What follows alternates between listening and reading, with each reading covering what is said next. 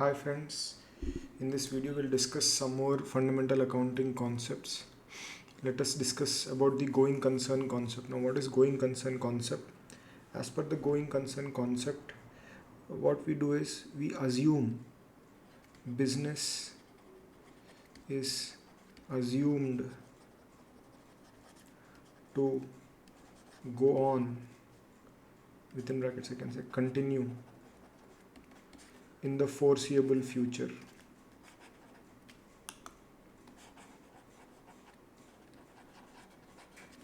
So what we are saying is we are assuming that the business will continue. The business is assumed to go on. That means it is not going to come to an end. We assume that the business will continue to function. We will continue to do the business in the foreseeable future, means the future which we can foresee today, or we can predict today. We cannot predict what will happen to my business after 50 years, but at least for the next 5 to 10 years I can foresee that the business will continue. So this expectation or this assumption is called as the going concern concept, or we can call it as the going concern assumption. So the accountant assumes that the business is going to continue in the foreseeable future. The business will not come to an end in the foreseeable future. This assumption on the part of the accountant is called as the going concern assumption. It is very important because based on this assumption, the assets are shown at cost in the books of accounts. If this assumption fails, that means we come to a conclusion that the business is not going to continue in the foreseeable future. In such case, the assets have to be shown at their realizable values.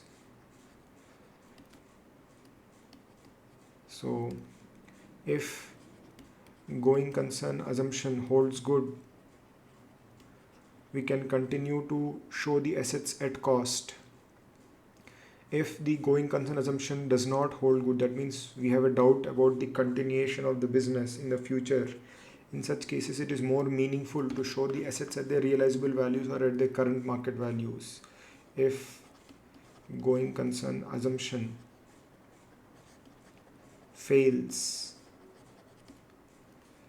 assets have to be shown at market values or realizable values. Assets have to be disclosed at market values or realizable values. When a company goes into liquidation, the assets are not shown at their cost. Instead, the assets are shown at their realizable values. When we show the assets at the realizable values, the creditors, the lenders, the owners come to know how much money they can recover from the business. If we continue to show them at cost, they won't know how much money they can recover from the business. Hence, when the going concern assumption is holding good, you can continue to show the assets at cost. If the going concern assumption fails, then the assets have to be disclosed at their realizable values. Next, the consistency concept or the assumption of consistency. Now, what is consistency? We can say like methods of accounting or accounting principles cannot be changed from one period to the other period. Example, if you are following accrual, follow accrual consistently. Accrual system of accounting, follow accrual system consistently. If you are following cash concept, follow cash system consistently. 1 year you follow accrual, the next year you change the concept and you switch back to cash system of accounting. That is again against consistency concept. I'll give you one more example. SLM method. If you are following SLM method of depreciation, follow consistently. Do not change it from year to year. If you are following WDV method of depreciation, then follow the WDV method of depreciation consistently. Don't change it from 1 year to the other year. So that is consistency concept. Accounting principles or methods which we are following should be applied consistently. They should not be changed from one accounting period to the another accounting period. Now, if you do not follow consistency, what will happen? If this year's result I am preparing based on accrual concept, and next year's results and financial statements I am preparing based on cash concept, the basis is different. These financial statements will lose comparability. One year I'm following SLM method of depreciation, other year I'm following WDV method of depreciation. The value of these assets is not comparable because the value has been arrived based on different methods. So if consistency fails, the use of the financial statements would diminish. They will lose their comparability. That is why we have to follow the consistency concept. Next, prudence or conservatism. Now, what is prudence or conservatism? Prudence or conservatism means, it's very a simple concept. As per this prudence or conservatism concept, the accountant is required to recognize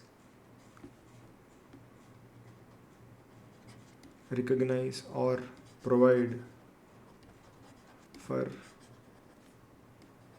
expected losses. So if you are expecting some losses, you have to recognize or provide for the expected losses.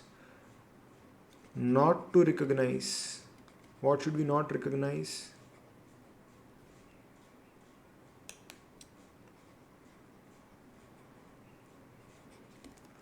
Not to recognize expected gains. So if you are expecting to get some gains, that should not be recognized. They should be recognized when it is realized. But in the case of expected losses, you have to recognize or provide for expected losses immediately.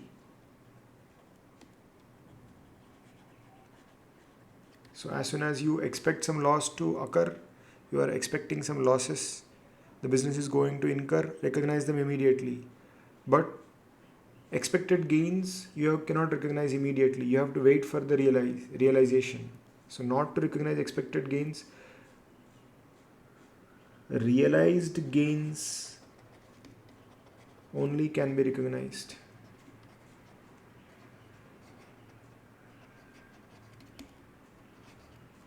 I'll give you some examples. I have some unsold stock.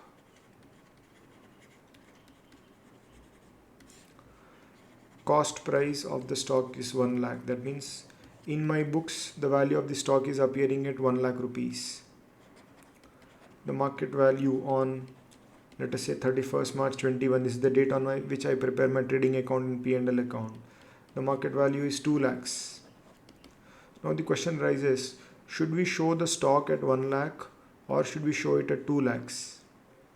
In my books the stock is already appearing at 1 lakh. If I increase the value to 2 lakh, the difference of 1 lakh rupees will get recognized as profits. But we cannot recognize the profit unless it is realized. If the stock is sold, yes, then we have a reasonable level of certainty that money will be realized, this gain will be realized. We can recognize that income. Till the day the goods are sold, you cannot recognize that increase in the value of the goods. Okay, so here we ignore the gain. Other situation, cost rupees 1 lakh, whereas market value, let us say 31st March 21, was only 80,000. I have purchased some goods which are standing in my books at 1 lakh. On my balance sheet date, on the date on which I prepare my final accounts, on 31st March 21, the value of the goods has reduced to 80,000 now. I know that when I am going to sell these goods in the market, it may fetch only 80,000. That means I expect to get a loss of 20,000. As per conservatism concept, we have to provide for this loss.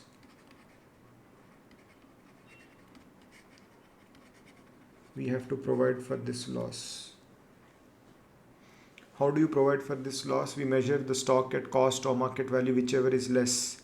The value of the stock is reduced from 1 lakh to 80,000, and automatically that 20,000 becomes a loss for the business. If you change the value of an asset which is standing at 1 lakh, if you reduce it to 80,000, automatically a loss is booked in our books of account, or the gross profit which is shown in the trading account will reduce by 20,000 rupees.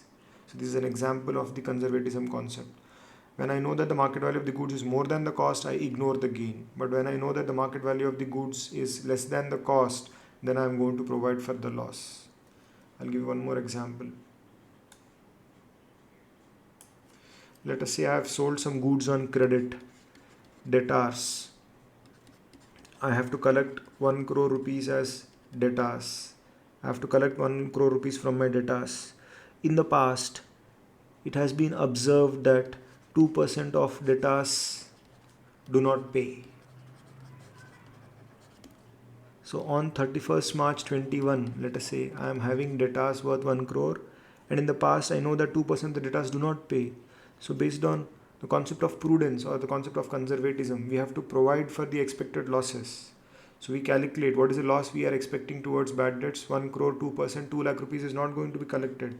We pass an entry, P&L account debtor, to provision for bad debts. We create a provision for that.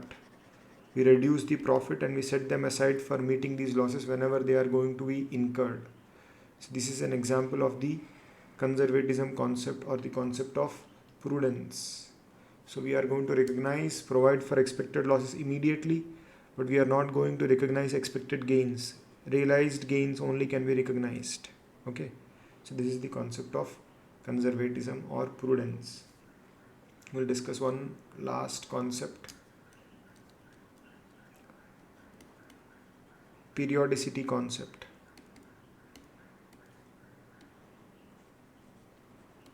Now what is this periodicity concept?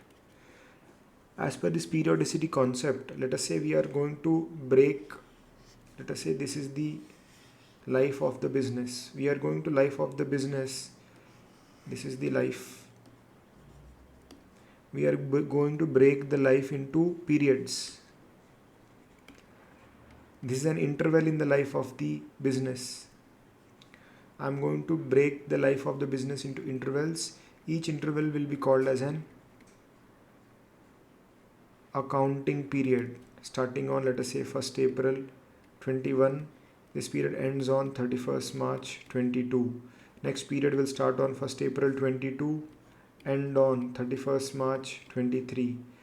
Next period will start on 1st April 23, end on 31st March 24. Like this, I divide the life of the business into intervals. Each interval is called as an accounting period. Now, based on this periodicity concept, we want to ascertain the results of this period.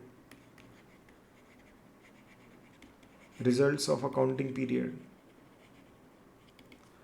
How do we calculate the results of accounting period? By preparing trading account to calculate gross profit, profit and loss account to calculate the net profits of the business. So based on periodicity concept, the life of the business is broken down into intervals. I'll write the concept here. Life of business is broken into intervals. Each interval is an accounting period. And for this accounting period, we are going to prepare the results, that is the financial statements, to know the results, that is preparing trading account to calculate gross profit, preparing P&L account to calculate net profits. This is the periodicity concept. Thank you.